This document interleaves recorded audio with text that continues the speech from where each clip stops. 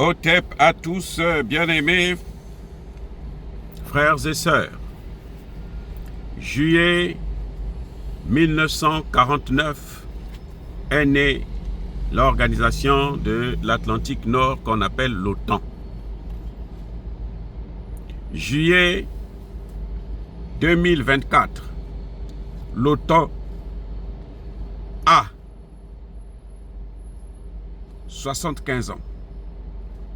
Et c'est ce que les membres de l'OTAN, 31 pays, devraient fêter aujourd'hui, ce soir, à Washington, autour du président américain Joe Biden.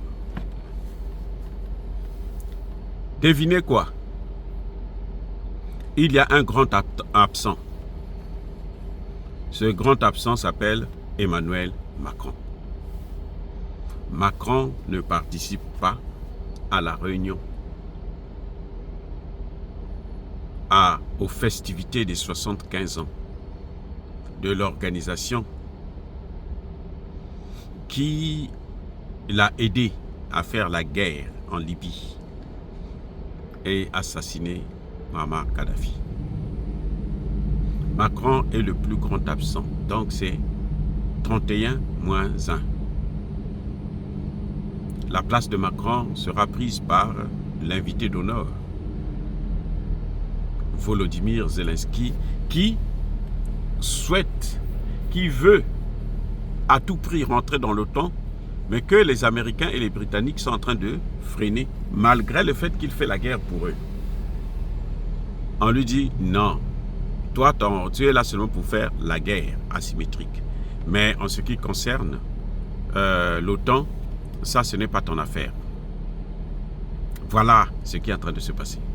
Maintenant, pourquoi Macron ne participe pas à ces festivités alors que Macron est ce qu'on aime faire ce que nous appelons au Congo le matalana, c'est-à-dire le m'as-tu vu. Il aime qu'on le voit, il aime qu'on parle de lui, il veut le succès.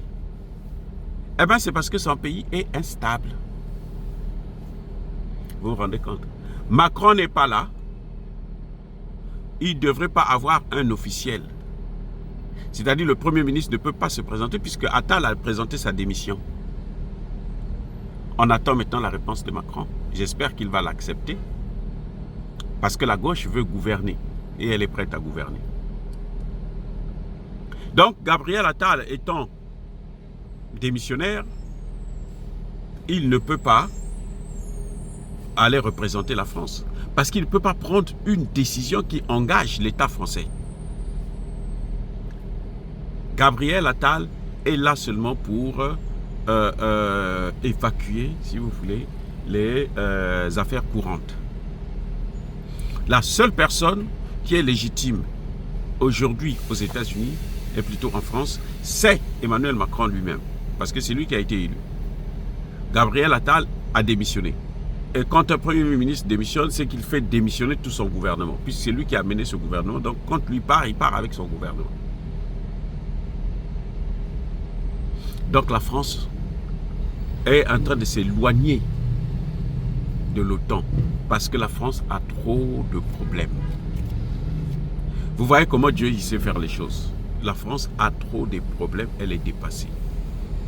Elle est dépassée par l'instabilité politique qui devient presque chronique, mais elle est aussi dévastée par la dette, au point où, aujourd'hui là, l'agence S&P vient encore de noter la France en alertant que la France est dans une situation terrible. Et ne soyez pas surpris, d'ailleurs l'Union européenne a déjà engagé la procédure de mise sous haute surveillance de la gestion du pays.